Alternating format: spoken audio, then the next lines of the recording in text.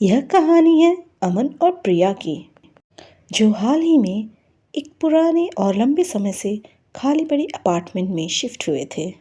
इस अपार्टमेंट को लेकर कई डरावनी अफवाहें थीं, पर अमन और प्रिया ने इस पर ध्यान नहीं दिया। उफ, फाइनली सब हो गया। यह अपार्टमेंट काफ़ी बड़ा है अमन, पर सब कहते हैं यह सालों से खाली पड़ा हुआ था।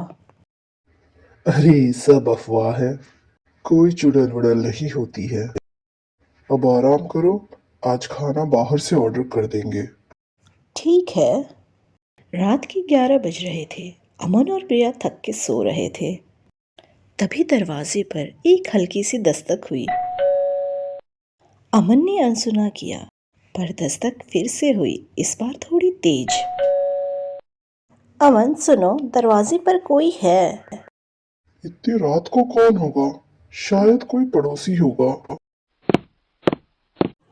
माफ करना भाई साहब, इतनी रात को आपको डिस्टर्ब कर रही हूँ। मैं पड़ोस में 102 में रहती हूँ। मेरे घर की चाबी कहीं गिर गई है।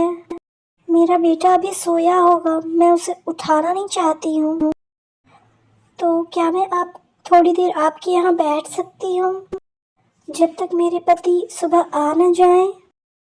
ओह, कोई बात नहीं, आइए। शालिनी सोफा पर बैठी थी और कुछ ही देर में माहौल में एक अजीब सी बेचैनी होने लगी। मुझे मुझे भूख लगी है। जी जी, इस वक्त?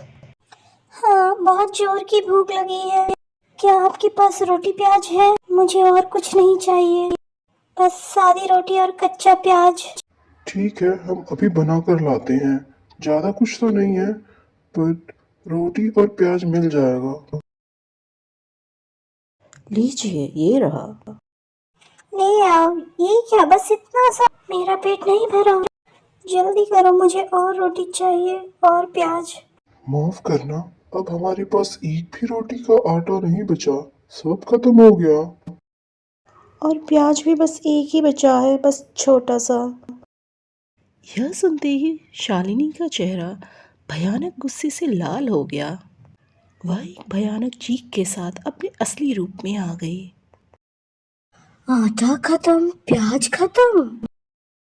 तुम तुम मेरी भूख नहीं मिटाओगे। मैं तुम्हें खा जाऊंगी। मुझे रोटी और प्याज चाहिए। भागो अमन, ये चुड़ैल है। जल्दी कमरे में चलो। दोनों तेजी से बेडरूम में भागते हैं और अंदर से दरवाज़ा लॉक कर देते हैं। चुड़ैल बाहर से दरवाज़ा जोर जोर से पीटने लगती है।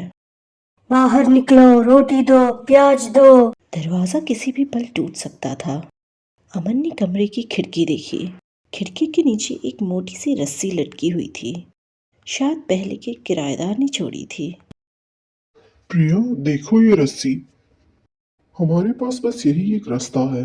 हमें नीचे भागना होगा। हाँ, जल्दी करो। अमन और प्रिया रस्सी से नीचे उतरकर अपार्टमेंट के बाहर आ जाते हैं और राहत की सांस लेते हैं, पर उनकी खुशी कुछ ही पल की थी। अचानक एक भयंकर आवाज के साथ चुड़ैल उनके सामने प्रकट हो गई। तुम कहाँ यहाँ से भाग कर जाओगे? अब मैं तुम्हें खाऊंगी, रोटी और प्याज के बदले। अमन को अचानक कुछ याद आया। प्रिया, याद है माँ ने गंगा जल दिया था? मेरे बैग में है वह। अब हम चुड़ैल को आखिरी बार रोटी और प्याज देने का नाटक करते हैं।